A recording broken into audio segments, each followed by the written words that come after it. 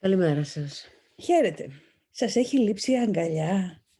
Τώρα την εποχή του εγκλισμού νιώθετε ότι έχετε χάσει μερικές αγκαλιές που θα τις είχατε ήδη νιώσει αν δεν είχαμε αυτούς τους περιορισμούς?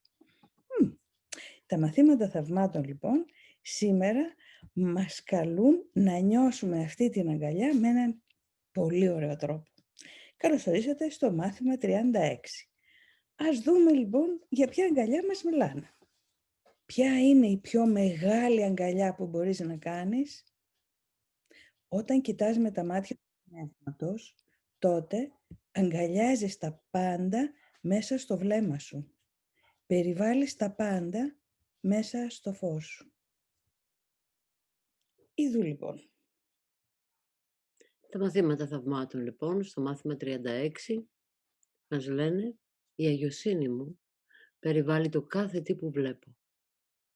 Η σημερινή ιδέα επεκτείνει τη χθεσινή ιδέα από εκείνον που αντιλαμβάνεται σε αυτό που του γίνεται αντιληπτό. Είσαι Άγιος επειδή ο νους σου είναι μέρος του Θεού και επειδή είσαι Άγιος, η όρασή σου πρέπει να είναι Άγια επίσης. Αναμάρτητος σημαίνει χωρίς αμάρτημα. Δεν μπορείς να είσαι λίγο αναμάρτητος. Ή είσαι αναμάρτητος ή δεν είσαι. Αν ο νους σου είναι μέρος του νου του Θεού, πρέπει να είσαι αναμάρτητος. Γιατί διαφορετικά ένα μέρος του νου του θα ήταν αμαρτωλό. Η όρασή σου σχετίζεται με την αγιοσύνη του, όχι με το εγώ σου και επομένως όχι με το σώμα σου. Μας λέει λοιπόν μέχρι στιγμής το σημερινό μάθημα ότι υπάρχει ένας τρόπος να αγκαλιάσουμε τα πάντα, αλλά δεν τα αγκαλιάζουμε με το σώμα μας, τα αγκαλιάζουμε με το πνεύμα μας. Και αυτή λοιπόν η όραση στην οποία αναφέρεται, που αν ανοίξει μπορεί να αγκαλιάσει βουνά, θάλασσες, ανθρώπους, σκουπίδια, τα πάντα, χωρίς διάκριση, ακριβώς όπως κάνει ο ήλιος που φωτίζει επί δικαίων και αδίκων. Σε αυτό ακριβώς το κομμάτι του εαυτού μας καλεί να συνδεθούμε σήμερα. Όταν ανοίξουν αυτά τα άλλα μάτια, τι βλέπουν? Υπάρχει ένα πάρα πολύ ωραίο ποίημα του Κωστή Παλαμά. Ένα απόσπασμά του θα δούμε σήμερα και θα το καταλάβουμε αλλιώς μέσα από τα μαθήματα θαυμάτων. «Στα βάθη της ψυχής μου», λέγεται. «Στα βάθη της ψυχής μου χαρίσματα θεϊκά μου έχουν δοθεί από το Θεό. Όλα ανοιγμένα νιώθω δύο μάτια μυστικά. Δεν τα φωτίζει ο ήλιος που λάμπει για τη γη και παίρνουν φως από άλλη πιο καθαρή πηγή». Είναι εντελώς τα μαθήματα θαυμάτων. «Και βλέπω τα κρυμμένα, τα αθόρυτα θωρώ. Και χώραξαν την κρίζο μα σύγκριτη ομορφιά, μακριά από την τρικυμία και από τη συγνεφιά που θα λέγαμε ότι είναι ο κόσμος των μορφών, ο σκιώδης κόσμος του πλανήτη. Στα βάθη της ψυχής μου που πάθει ταπεινά τον τόπο, βρίσκω δυο μάτια φωτεινά». Όταν δηλαδή υπερβούμε την ταύτιση με το σώμα, με την αντίληψη ότι τα συμφέροντα είναι ατομικά, ότι είμαστε διαχωρισμένοι, τότε ανοίγουν δυο μάτια που είναι φωτεινά. Στα βάθη της ψυχής μου, στα βάθη τα ιερά, όλα ανοιγμένα νιώθω, δυο μάτια λαμπερά. Όταν φτάσουμε στο ιερό μέσα μας, τα μάτια μας δεν είναι απλώς ανοιχτά, λάμπουν και ακτινοβολούν φως. Τα περασμένα εμπρός μου διαβαίνουνε ξανά και δέχονται άλλο σχήμα και φως τα τωρινά. Ξαναβλέπω λοιπόν όλα όσα έζησα, όλα όσα κατανοούσα μέχρι αυτή τη στιγμή, με νέο φως, με νέα μάτια, και αντιλαμβάνομαι ότι ο κόσμος όπως τον είχα αντιληφθεί μέχρι στιγμής είναι τελείως διαφορετικός και σε αυτόν τον κόσμο τώρα εγώ μπορώ να ζω με νέο τρόπο.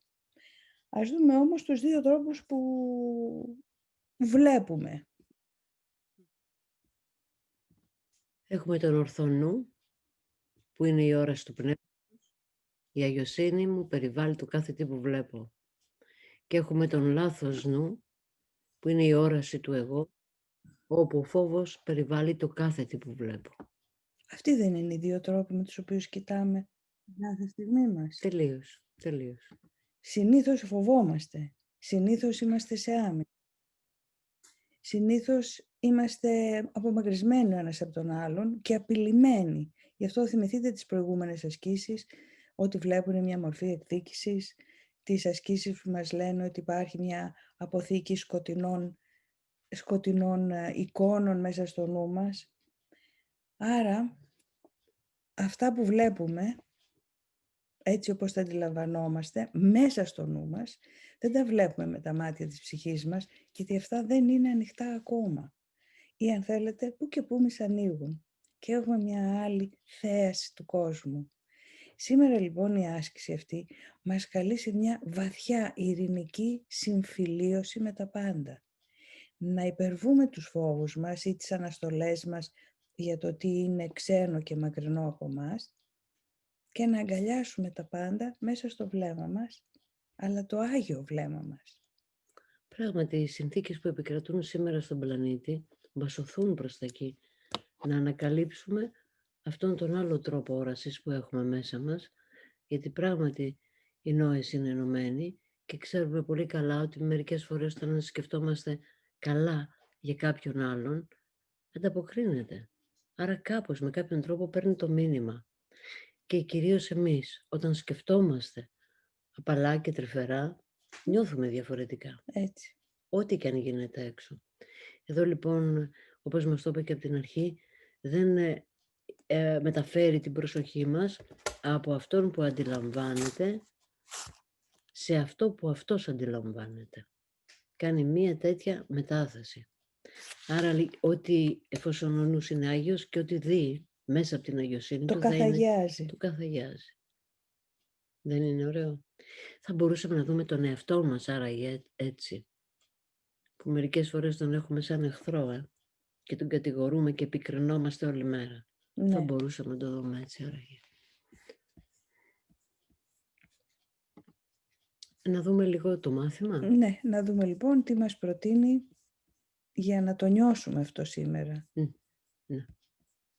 Μας λέει λοιπόν 4 περίοδοι εξάσκησης διάρκειας 3 έως 5 λεπτών χρειάζονται σήμερα. Προσπάθησε να τις μοιράσεις αρκετά ομοιόμορφα και να κάνεις συχνά τις πιο σύντομες εφαρμογές για να διαφυλάξεις την προστασία σου κατά τη διάρκεια όλης της ημέρας.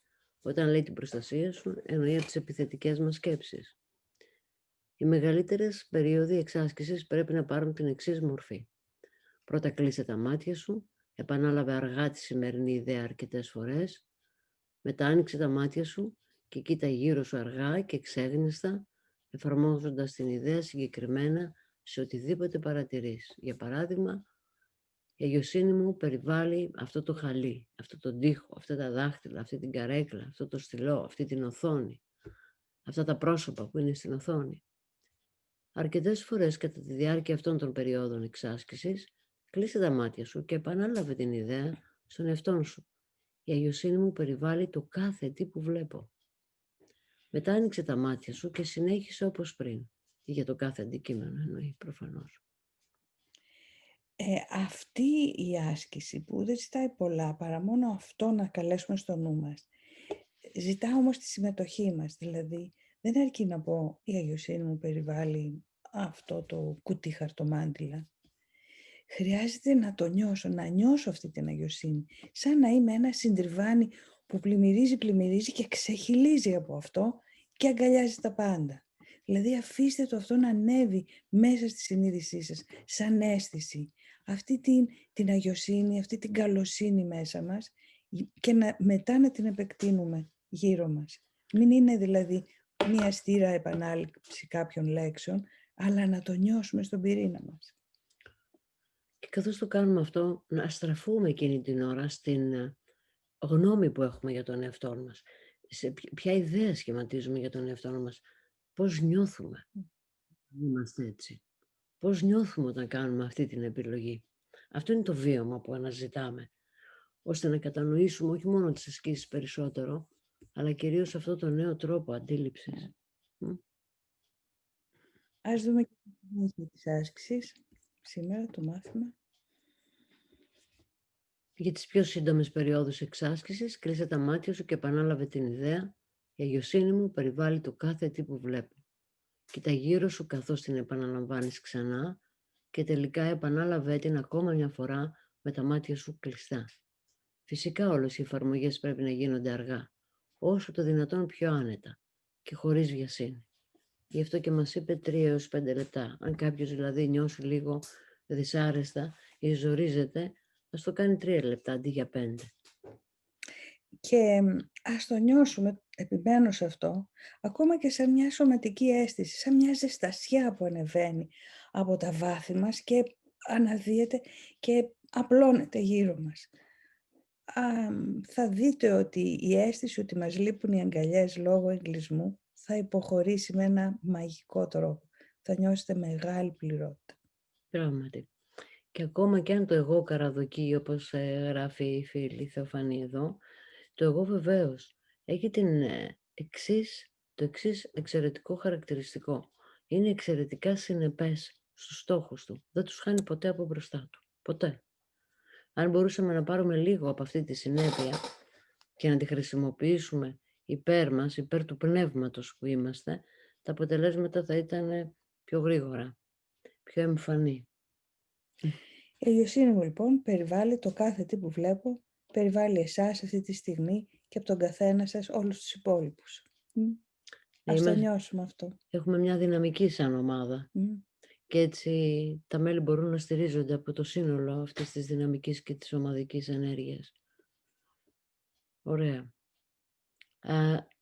Προτείνω να κάνουμε μερικά δευτερόλεπτα το εξής, να κοιτάμε την οθόνη και για τον καθένα που βλέπουμε μπροστά μας, είτε έχει ανοιχτή την κάμερα είτε όχι, να πούμε «Η αγιοσύνη μου σε περιβάλλει, αδερφέ μου». Ας το κάνουμε 1 λεπτό όλοι, μερικά δευτερόλεπτα, για όλους εδώ.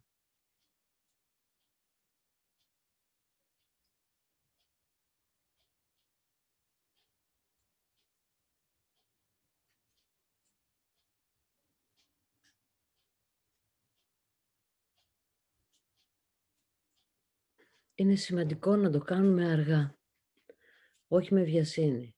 Να νιώθουμε αυτό που λέμε και αυτό που γίνεται εκείνη την ώρα μέσα μας. Ας περάσουμε λοιπόν τη μέρα μας αγκαλιάζοντας τα πάντα, περιβάλλοντάς τα μέσα στην αγιοσύνη μας. Ωραία. Και έτσι θα είμαστε αύριο το πρωί, όλοι μαζί, ένα βήμα πιο πέρα στο μονοπάτι προς την αλήθεια. Προς το μονοπάτι που μας ενώνει όλους. Καλημέρα σε όλους. Χαίρετε.